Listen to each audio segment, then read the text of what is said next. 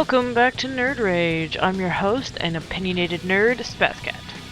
Today's episode is about the second episode of Fear the Walking Dead titled So Close Yet So Far. This episode was way better for me and more of what I wanted from the pilot. There are actually only a few zombies present, but lots of panic. We open with the principal clearing the high school in slow motion for some reason, and Alicia looking for her missing boyfriend Matt. His house has been broken into and trashed, and I was so sure Alicia was dead in this scene because I was still sure that Matt was already a zombie.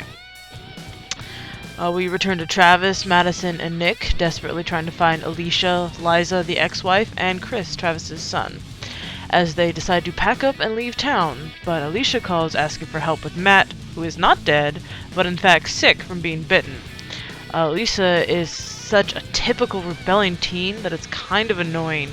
Just as annoying as her mother's blind ignorance and optimism. But honestly, how has she not seen the bite on his shoulder? I don't care how much you love someone, teen or not, that should be a clue that some serious shit went down and something bad is happening around you. Her parents should have also told her what they saw, even if it does sound crazy.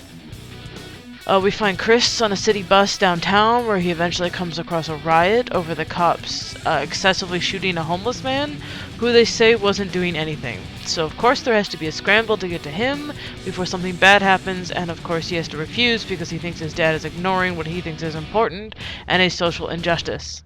And all hell breaks loose. Another cliche is splitting up the main characters into two groups for two different storylines.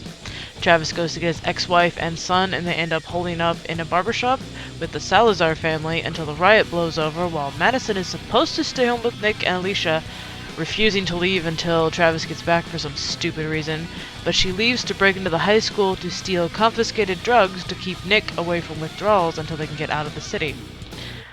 Madison runs into Tobias, who is stealing canned food from the cafeteria in order to survive, and asks for his knife back, which he does get.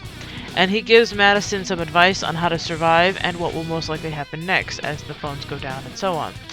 They run into the principal, who has died and turned somehow, we're never told, and forces Madison to kill him. She gets Tobias home and will probably never see that kid again, so I can only hope he survives because he is awesome. Hopefully Madison gets less lame and more real about what's going on soon, because she's still really fucking boring and really fucking annoying. So if she doesn't improve, I will not be sad if she gets her ass eaten by a zombie. The scary thing about these zombies is that they aren't as decomposed as the ones in the main Walking Dead series, so they will still have their muscle mass and strength and such, which will make them harder to spot and harder to avoid, as well as way harder to kill because it'll be harder to stab through bone. While the messed up thing is that the cops seem to know what's happening because they now know to shoot them in the head. And we even see one cop piling water into his trunk with the intention of leaving town, but not telling anyone. We also see a car with lights on at the end and suitcases in the drive, and it was pointed out to me that it is Matt's house, and his parents no doubt returned home to a zombie who fucking ate them. Messed up. Regardless. And I'm super fucking suspicious of the Salazar family from the barbershop.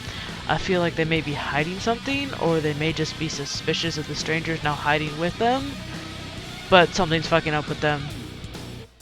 All in all, a much better episode than the pilot, although the characters are still pretty weak, and I still fucking hate Madison.